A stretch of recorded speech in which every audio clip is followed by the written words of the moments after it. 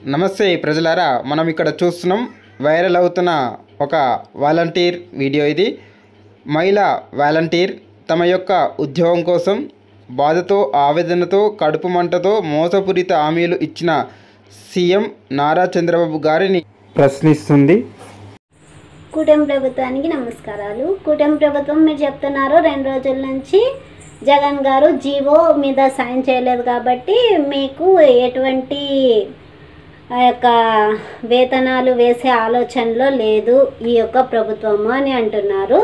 మరి వేసే ఆలోచనలో లేనప్పుడు ఇంతవరకు మమ్మల్ని సచివాలయాలకు ఎందుకు రప్పించుకున్నారు, ఎందుకు బిల్లులు పెడుతున్నాము అని మమ్మల్ని మభ్యపెట్టారు? అంటే మేమంతా తిక్క గొర్రెల్లాగా మీకు అందరికీ వాలంటీర్లు అందరూ అంతా తిక్క గొర్రెల్లాగా మీకు కనిపించారా ఇన్ని రోజులు?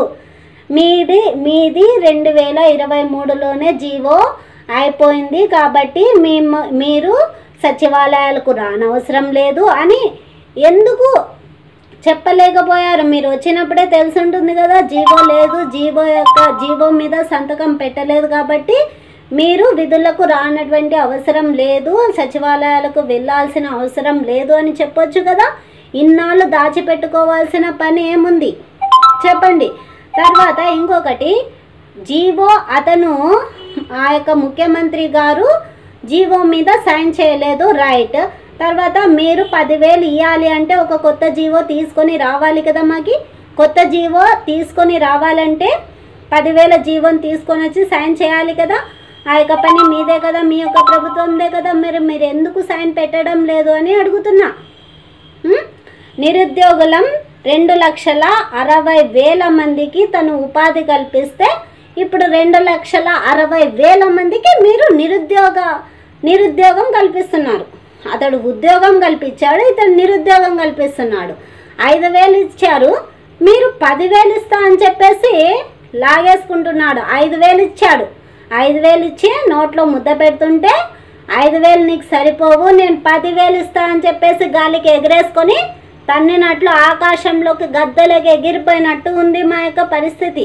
చూసిన వాళ్ళంతా ఏమంటున్నారు, మీకు చాలా బాగా శాస్తి జరిగింది, గత ప్రభుత్వంలో అన్న 5,000 అన్న జీతం వచ్చేది, కానీ మీరు కావాలనే 10,000కు ఆశించి ఈ ప్రభుత్వాన్ని తెచ్చుకున్నారు. ఈ ప్రభుత్వం మీకు బాగా చేస్తుంది, తగిన శాస్తి చేసింది అని మేము ప్రజలతో కూడా బయట అనిపించుకుంటున్నాం.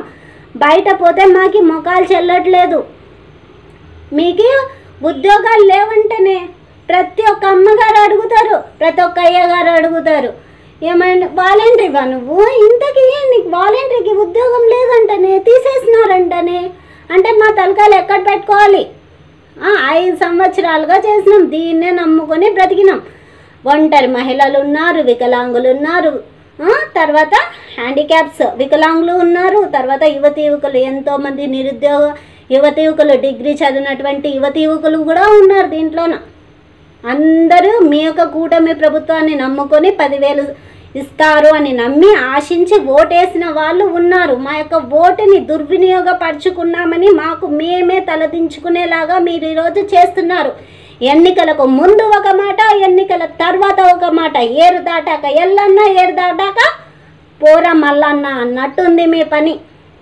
మీకు జీవో లేదు అంటే ఇప్పటి వరకు మాకు CFMSID ద్వారానే మే వరకు మాకు జీతాలు చెల్లించారు కదా.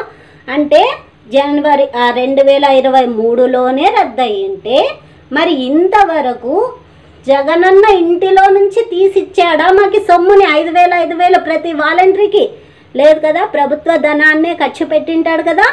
అంటే ప్రభుత్వ ధనాన్ని ఖర్చు పెట్టాలి అంటే ప్రతి ఒక్కరి సైన్ కూడా ఉండాలి కదా. ప్రతి ఒక్కరి సైన్ చేస్తేనే కదా మాకు బిల్లుల్లో నుంచి అకౌంట్లోకి వచ్చి జీతాలు పడేది.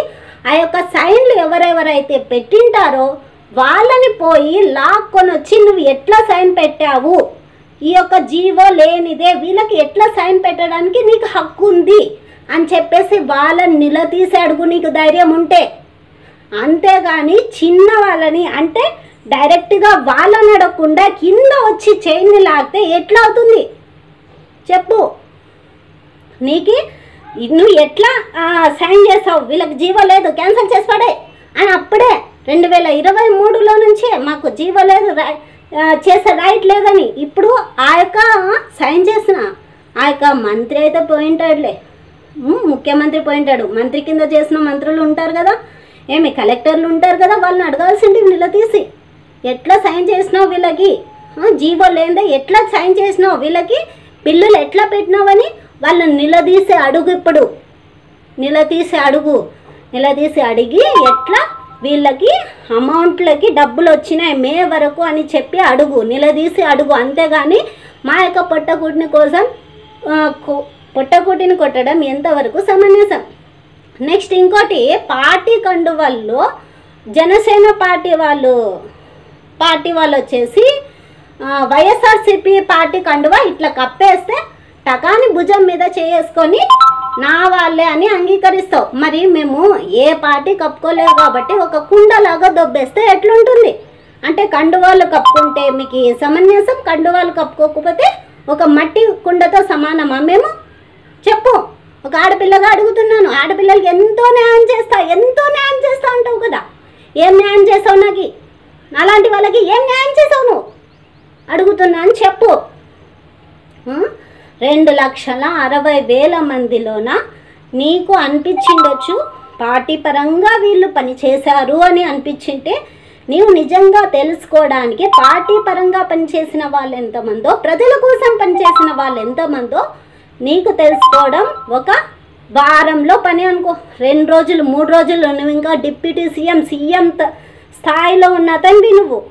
నీకు ఎన్ని రోజులు తలుచుకుంటే 1-2 గంటలు లేదా 2 రోజుల్లో తెలుసుకోవచ్చు ఎవరెవరి పార్టీ తరపున పనిచేశారు, ఎవరెవరు ప్రజల తరపున పనిచేశారు అని తెలుసుకోవడానికి.